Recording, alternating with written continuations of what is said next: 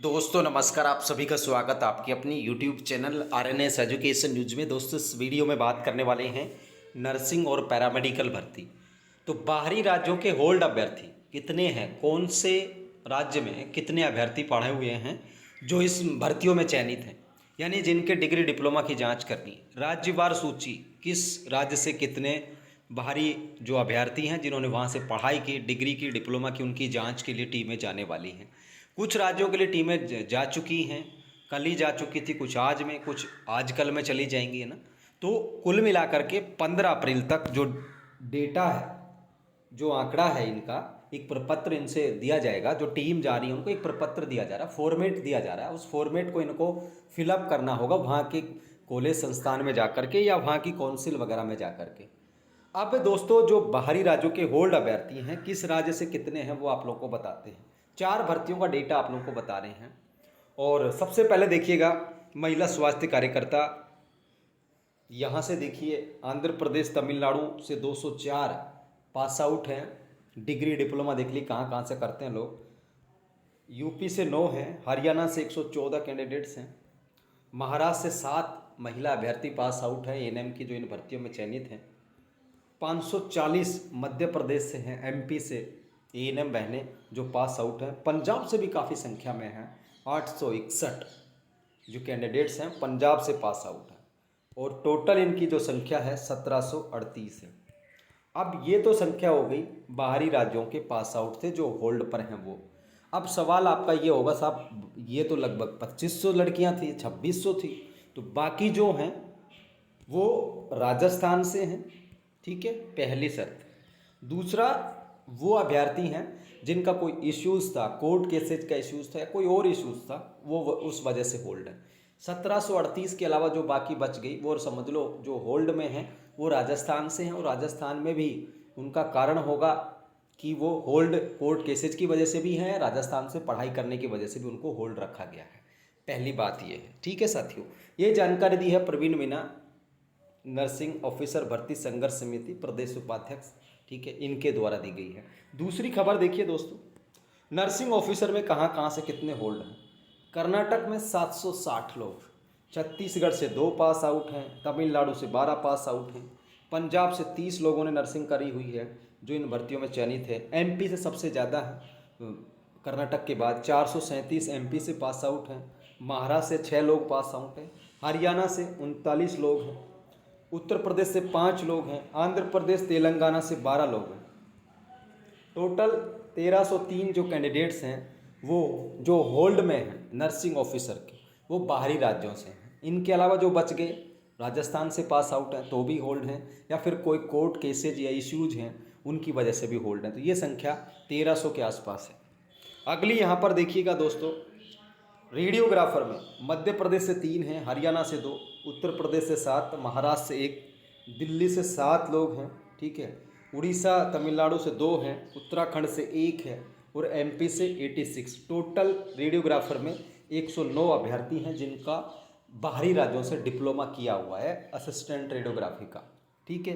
अगर इसके अलावा कोई होल्ड है 109 के अलावा तो वो राजस्थान का होगा, फिर कोर्ट केसेस की वजह से होगा। अगला यहाँ पर देखिए साथियों, लैब टेक्नीशियन।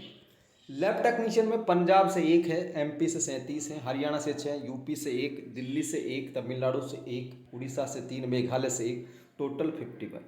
ये लैब टेक्नीशियन का बताया गया है, जो आंकड़ा है वो उसके अकॉर्डिंग। ये प्रवीण मीना के द्वारा जानकारी दी गई इन 4 भर्तियों की। दोस्तों ये वो संख्या है जो होल्ड में है बाहरी राज्यों से पास आउट होने की वजह से। अब जो टीमें जा रही हैं वो जा चुकी हैं, कुछ स्टेट्स की, कुछ की जाने वाली हैं, आजकल में चली जाएंगी। 15 अप्रैल तक ही इन लोगों का डेटा जो है, एक प्रपत्र है, फॉर्मेट है, जो फॉर्मेट है उसमें 10-15 चीज़ें दी गई हैं, ठीक है। उन 10-15 चीज़ों को ये लोग फिल करके लाएंगे।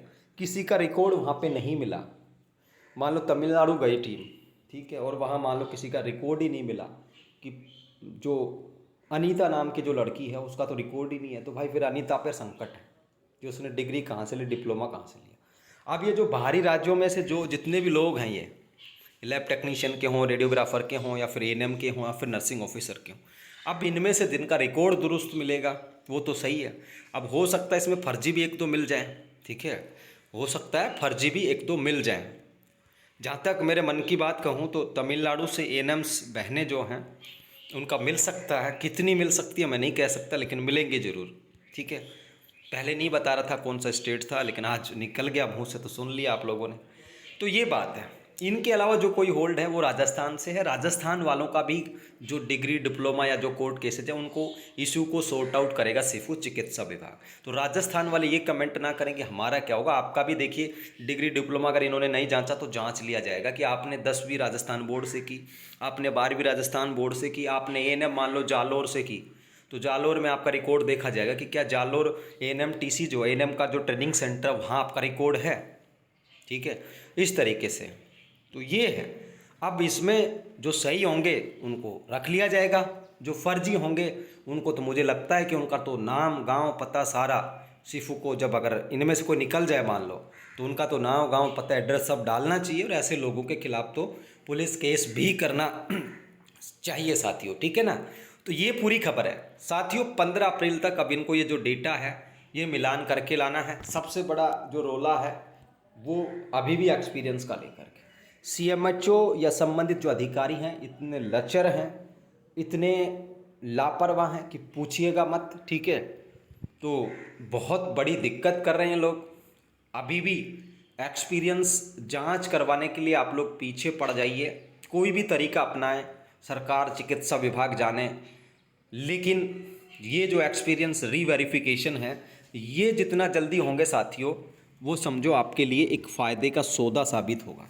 देखिए ये जो बाहरी राज्यों की जांच है ना ये 15 अप्रैल ख़त्म।